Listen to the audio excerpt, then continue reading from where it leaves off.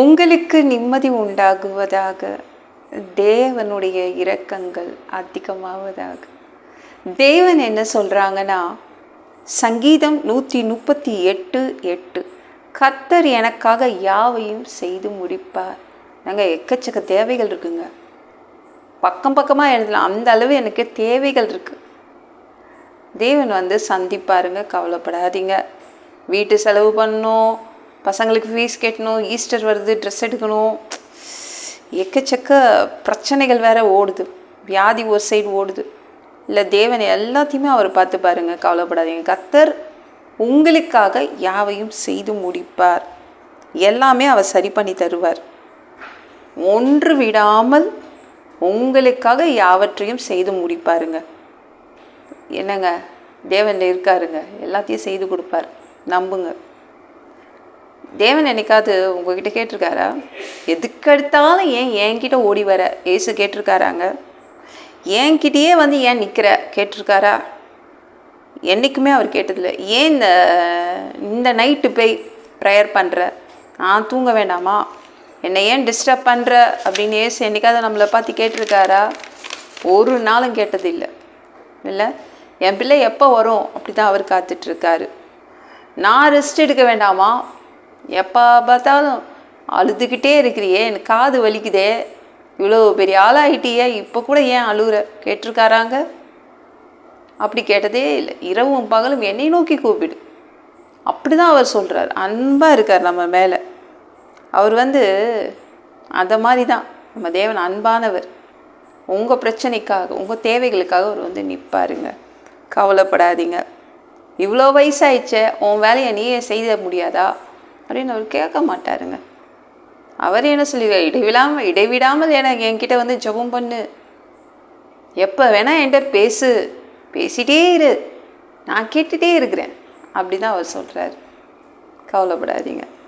நான் உங்ககிட்ட ஒரு கேள்வி கேட்குறேங்க. என்னைக்காவது இயேசுவோடைய குரலை கேட்டிருக்கீங்களா? நான் அந்த குரலை கேட்டதே கிடையாது. இயேசுவோடைய குரல் எப்படி இருக்கும்னு எனக்கு தெரியாதுங்க. ஏங்க அவர் ஏன் நம்மகிட்ட பேசுகிறதில்ல? ஐயோ, என் பிள்ளைங்க எக்கச்சக்க தேவைகளோடு வராங்க, அவங்க பேசட்டும், நான் கேட்டுக்கிறேன், அப்புறம் பதில் செய்திடுவேன் அப்படின்னு அவர் விட்டு கொடுக்குறாரு. சரி, என் பிள்ளைங்க பேசுகிறதுக்கு அதிகமாக இருக்குது, எக்கச்சக்க தேவைகள், பிரச்சனைகள், அதனால் அவர் நம்மளை பேச விட்டுறாரு. அவர் கேட்டுக்கிறாரு, பதில் கொடுத்துட்றாரு. உங்களுக்காக யாவையும் செய்து கொடுப்பாருங்க. யாக்கோபு என்ன பண்ணான்னா, அண்ணன் தம்பி சண்டைக்கு தேவனை கூப்பிட்டாங்க. எனக்கு எனக்கு 3 குழந்தைங்க இருக்காங்க, சண்டை போடுவாங்க, நான் போகவே மாட்டேன். எதுக்கு அங்கே போய் சண்டையை எதுக்கு, அவங்க போடுற சண்டையில் நான் தலையிடவே மாட்டேன். அடுத்த நிமிஷமே ஒன்றா சேர்ந்துருவாங்கங்க. அவங்கக்கிட்ட போய் நம்ம போய் நீ பண்ணதான் தப்பு அப்படின்னு நான் சொல்ல மாட்டேன்.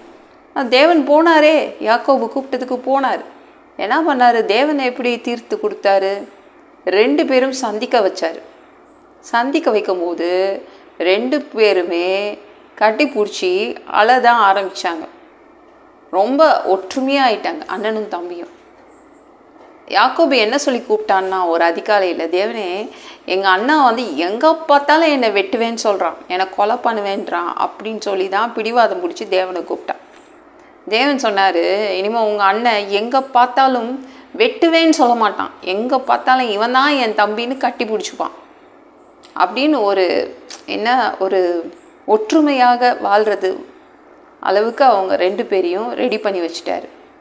தேவன் உங்களுக்குன்னா எதாக இருந்தாலும் நிற்பாருங்க. கவலைப்படாதீங்க. என்ன நடந்தாலும் உங்களுக்காக நின்றுவாருங்க. நீங்கள் எப்போ கூப்பிட்டாலும் அவர் ரெடி, உங்களுக்காக யாவற்றையும் செய்து கொடுப்பார் நம்ம தேவன். பயப்படாதீங்க. இந்த வீடியோ பிடிச்சிருந்துச்சுன்னா மற்றவங்களுக்கு ஷேர் பண்ண மறக்காதீங்க. கர்த்தர் தாமே உங்களை ஆசீர்வதிப்பாராக. ஜெபம் பண்ணலாமா? அன்பு பிதாவே, உங்கள் பிள்ளைங்க உங்கள் பாதத்தில் வந்திருக்காங்கப்பா. சாமி, இரக்கம் செய்யுங்க, இறங்குங்க அப்பா. உங்கள் பிள்ளைங்களுக்காக யாவையும் செய்து கொடுப்பீங்க. அவங்களுக்காக என்னவா இருந்தாலும் போய் நிற்பீங்க. அவங்களுக்கு என்ன உதவி வேணாலும் போய் நிற்பீங்க. அதற்காக நன்றி. எல்லா பொல்லாத பிசாசுகள், ஏவல்கள், மந்திரங்கள், தற்கொலை ஆவிகள், பயத்தின் ஆவிகள், பலவீனப்படுத்துகின்ற ஆவிகள் எல்லாம் இயேசு என்ற பெயரினை கொண்டு துரத்துகிறேன். ஓடிப்போ. உங்கள் பிள்ளைங்களை இரத்த கோட்டிக்குள் மறைச்சிக்கோங்க. பரிசுத்த ஆவியால் நிரப்புங்க. ஞானஸ்நானம் எடுக்கணும். ரட்சிப்பீராக.